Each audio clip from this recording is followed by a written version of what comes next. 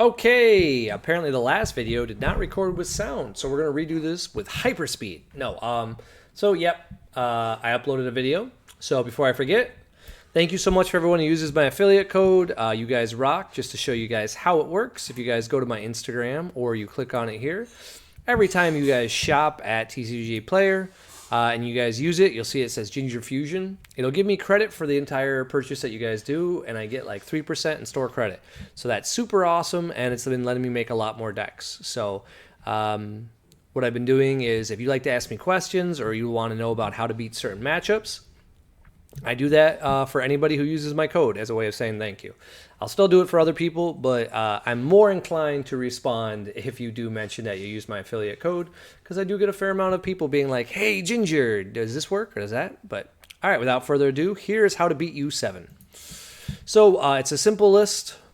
We'll talk about why I think this list beats it. So the problem with U7 is turn 2. So this deck, we tried a bunch of different strategies. If you saw it in my previous video with no sound, I went through a bunch of cards that I thought about. We're not going to talk about those because I guess it really doesn't matter. But what really matters is trying to do as much turn 2 aggression as we can to kill our opponent very rapidly. So we're going to talk about like what the perfect plays are in the mirror, and then we're going to set up a turn 2 kill. So we're going to go over that now. And so for a turn 2 kill, you need kind of a god hand, and we're going to show you what that god hand looks like. So the first thing you want to do on your turn 1 is, of course, activate your leader's ability. And if you do mill several U7 cards, that's like the dream. This list ratios are going to be off, so frequently you're not going to be able to use your U7 cards on 2 without a little bit of work, but that's okay. The deck's designed to do some cool tricks and interactions, which I'm going to teach you. So when you mill your 3 cards, hopefully you hit an Android 17. That's like the best thing you can hit, because this gives you 4 cards in your drop. But most importantly, 4 cards in your drop by the time you use your leader ability. It also guarantees you a combo piece for your next turn. So that's awesome. Next thing you want to do on your turn 1 play to be optimal for that kill on 2, which is going to be hard, don't get me wrong. Killing on 2 is not easy. But one of the things you can do is put your opponent's life so far down below on 2 that although you haven't guaranteed the win, you've effectively guaranteed the win. And that's what we're going to talk about. And you can only do this before they errata the leader, and he's probably going to get errated someday because he's too powerful. So that being said, let's keep going over it. So what makes this deck beat the mirror for that turn 2 kill setup will be, you want to hit a mill, and then you also want to play a Scion. You're going to immediately activate the Scion's ability and play a battle card. You have one more option with this deck if you want to. You can uptick if you think you can protect it with an afterimage. It's going to be very hard to do that, and it would mean that you've already thought about some combo and trick I don't know about. So odds are you're just going to go ahead and put the Scion in the drop and search for 2 1-drops, okay? The big reason that we do this is this means that on our turn 2, we're going to have 2 attacks. So if you're doing math, we have to do 8 points of damage. Effectively, now, with this 1 card, we've gotten 2 of our damage taken care of, so that's super awesome, and we didn't really lose any card advantage. We went down 1 card, but it's going to do 2 damage. We're super excited about it. During your opponent's turn, you're going to take any damage they swing at you, even if they bring you all the way to 1 life. We don't care. Honestly, one of the best things that could happen would be you have an opponent who attacks you a lot, like a Sin Shenron who's aggressive and takes their own life. Best case scenario in this matchup, because you're going to win then. But a lot of the other aggro decks are gone, and so we're going to punish them, and all we're going to do is go to 7 life. That's probably what's going to happen. If we're lucky, they'll play a battle card, and we'll talk about what happens when we play that battle card. I do see here, it looks like one of our saves didn't happen, so I'm going to fix that real quick while we're talking about the deck. Apologies.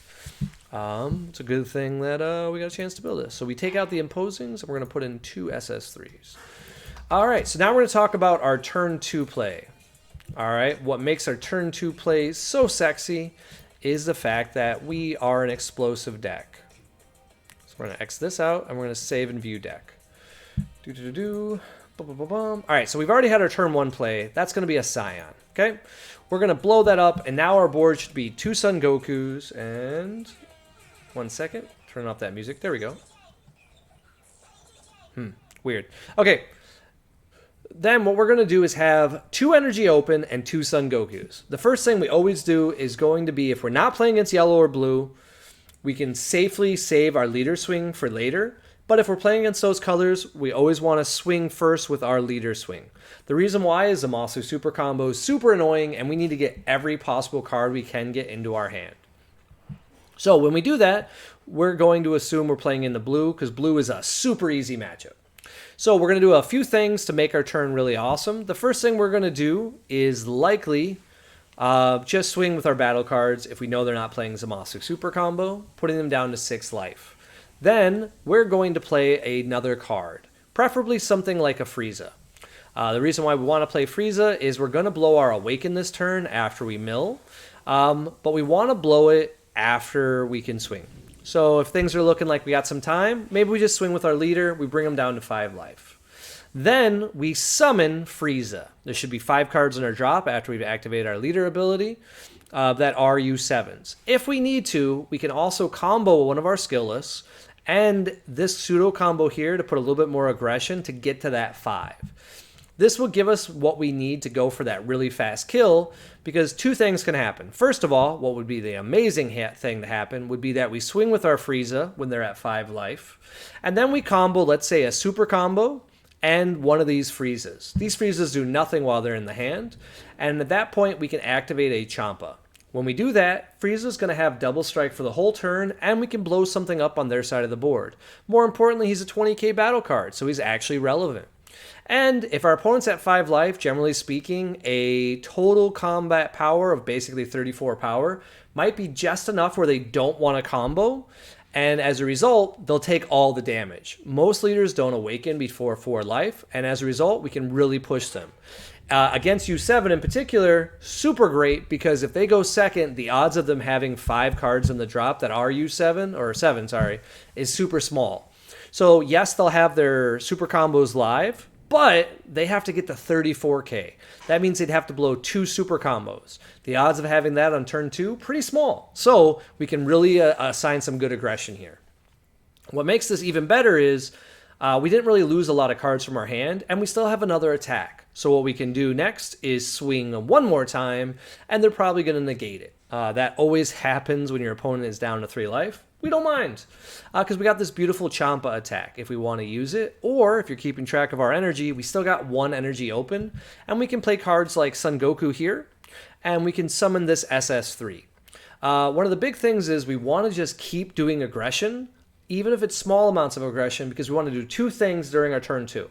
We want to blow all 3 of our energy, whether it's playing an Android 17, playing a Goku, even if we have to just play a 17. We don't care what it is. We want to get every single piece of energy out, but also we want our opponent to blow their Awaken, use the energy if possible, and be at exactly 2 life. That's the magic number. So if we get our opponent to 2 life and we're tapped out, usually our opponent will do something that looks like kind of like a poor positioning. They might combo, let's say, a 10k from their hand that they think is going to be useless because they want to blow that energy they use for Awakening. And when they do that, that's where we shotgun them. That's what makes this deck so cool. We have the ability to turn our Friezas into 1-star double strikers. So how this card works is it says choose 1 Frieza with a cost of 4 in your battle area, place it underneath, and play a green Zeno on top in active mode, then shuffle your deck. This is really sweet because now our Frieza becomes a 15k double strike. And we run Kai. The reason we run Kai is just to shotgun our opponent on turn 2 and just go pew pew pew and just, let's say you have 3 Kais in your hand and that's all you have in your hand. Feel free to just combo them willy-nilly. The reason being is although your opponent might get out of the attack, you have to keep in mind you're at probably 6 life. You might be at 7 life. Your opponent is at 2 life. If you combo and go to 45k and they blow their entire hand, they are super far behind. And I mean super far behind. What also makes it really cool is after that attack, you're going to put this card in the drop and discard a card from their hand. When you do that, they're probably going to be at 1 or 2 cards total in their hand, and their turn 2 is not looking awesome. It's a very bad situation, and that's what makes this deck so good on the opposite if you go first. SS3, Champa, and Frieza all give you a lot of utility. What makes the deck a little bit more consistent than what it may look like is the fact that you have late game plays that are very phenomenal. First of all, we have the traditional amazing play, right? We got this guy. He's always the best answer on turn 4. If I could get a damaged copy, not kidding, I would run this. I think it'd be awesome, but I don't know anybody who's got a damaged God Rare that I can buy from them. If you do, let me know, and I will continue to use it. And if you've seen how I play with my cards, they will be damaged. But what makes the deck have a little bit of consistency on your turn, and some tricks you can do, is sometimes you're going to combo in attacks that aren't really high value. And the reason why you're going to do it is just to put cards in the drop to activate that turn 2 awaken. If you look at our ratios, we have about 3, 5, 9, 11, 15, 19, 23, 27, 29, 30. So we only have 30 potential targets for our awakening. That's half our deck. So if you figure on turn 2, we will have looked through about 8 cards. That's not that many to have the ability to awaken at 7 life. So frequently what we're going to have to do is combo any skillless card, preferably one of these two, because that would be the dream. And then as a result, go ahead and blow a pseudo combo, and that will give us 2 cards in the drop at the price of 1 and a little bit of more combo power. Now, I explained the turn 2 aggro play because it doesn't happen very often, but it's the dream of this kind of a hand, okay? What makes this deck so good is the turn 3 play. Because if your opponent's at 2 energy and they use that 2 energy to be aggressive, which is generally speaking the right play in best of 1, you don't want to sit back with like a Violent Ray and just hope your opponent plays a 20k, because there's a good chance they may not play it. Excuse me, sorry about that. So generally speaking, if your opponent goes second, they're going to tap out on their turn 2 and use all their energy to just attack you a bunch of times and wipe your remaining board if you're in the mirror. That means you might be as low as 4 life, or more likely you'll be at 5 life. If you're at 5 life with U7 Goku, that's a very good situation to be in because it means they've given you 3 additional cards. You're also going to draw 2 on this turn, meaning that you have a lot of chances to draw a perfect hand for your turn 3 kill. What makes a turn 3 hand possible is once again utilizing this Champa Beerus, and now either the Frieza, which has dual attack, or the Son Goku Divine Presence. This is the optimal play because they can't get rid of this card. Now, I only mentioned this trick if you go first. This is a trap if you go second. The reason why, the second a normal U7 list drops their Unison, there is nothing you can do to basically survive. All you can do is wipe their Unison and then continue to do strategies. This deck is super weak to Videl, and that's why for Origins I didn't want to play it. I was feeling a little under the weather when I arrived in Ohio, and I thought about playing this list. I brought it with me, but this kind of a list requires you to kind of be in the right headspace, whereas the Baby Parasite build, you can just kind of run it, and then just the fact that you have built-in removal and you have built-in Videl, you can kind of play poorly and still win games. This deck requires you to get used to playing it, and you have to keep track of what you have left in your deck. So some things you have to keep track of, for example, is every time you Scion, you're just going to be quickly looking to see if you have any Friezas left, for example, any Son Gokus left. And if you don't, you have to remember that, because if you have 2 in the board and the rest are in your life, and you want to utilize extra combo power, you've got to be comboing these cards. So a frequent play you're going to play on your turn 3 will be combo both of your Son Gokus, summon your Divine Presence. Then replay your Scion after you've attacked with both of your Divine Presences, and sure enough, activate this, place it in the drop, and have 2 more swings of trying to kill your opponent. What you want to do is put as much aggression as you can, so that way your opponent is starting their turn 3 at 1 or less life. The reason being, the Vegeta is just too powerful, right? Like, you can just play this card and you auto win if your opponent's at 1 life. Red has a few tricks to get around that. If they keep up a Videl and they keep Sin. Apologies. Apparently my phone wants to play some YouTube. But yeah, that's basically the deck. You'll notice I'm not running a lot of other negates. This list is not playing Violent Ray. The reason why is 4 after images is plenty of power to slow down the mirror if they don't get a lot of aggression.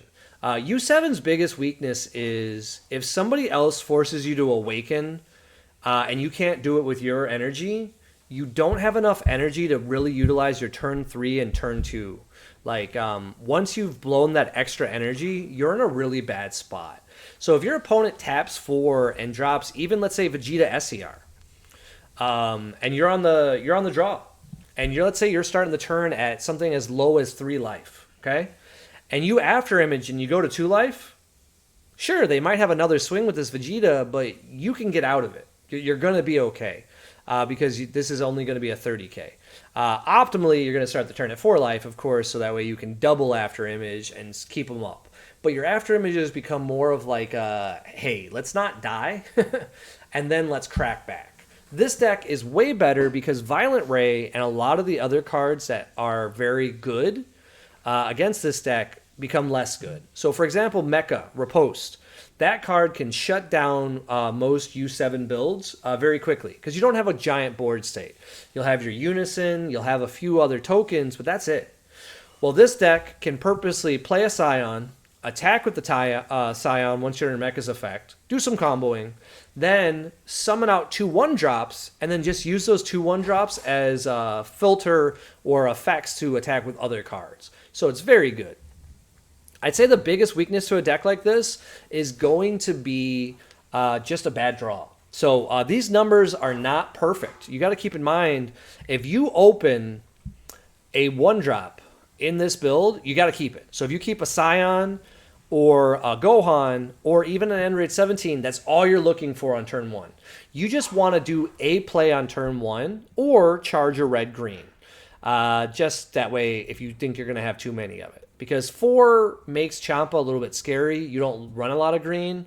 The way I play, though, I want to make sure I have Champa on turn 3 because this is very hard to deal with. If you're the defending player and your opponent plays a Son Goku and they play a Champa on your turn 2, it's so aggressive and it's so much power. And you still have mana open. That's the important part is you got to figure this is 3 energy. And this is a 30k base. So a 30k base double striker with dual attack that you can't remove. Keep in mind, you can't remove it. So against like blue decks, if they ramp and they play something against, pretty much the only thing that can stop it is petrification. So obviously this deck's already strong against black because it has so many small drops. The other thing to keep in mind is this deck is meant to just shotgun your opponent. You're not looking to outplay your opponent. You're just looking to get in that final bit of damage and move it along. Best of 1 is not a skill format. You heard me say it a bunch of times. Even with winning Origins, all 3 events, they were best of 1. So I only had to play best of 3 for what, 2-3 rounds? That's not very impressive. And you can't really take much besides the fact that, hey, I'm good at aggro. If you already watch any of my videos, you know I like aggro. So obviously I'm going to do well in that format. But best of 3, totally different. We probably couldn't play a deck like this. But best of 1, we definitely can. Now, if it's best of 1 with no sideboard, even better. Ironically, this list would not have any sideboard.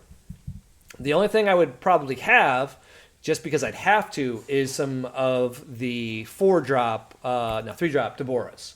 I would just have 4 Deborahs because Cooler is already going to be super annoying for this list, just because Cooler is going to be like aggro versus aggro, and their super combos are better than your deck. So if they're running the Paragus super combos, they kind of have a built-in advantage, and they can turn all of their dead cards into playable cards.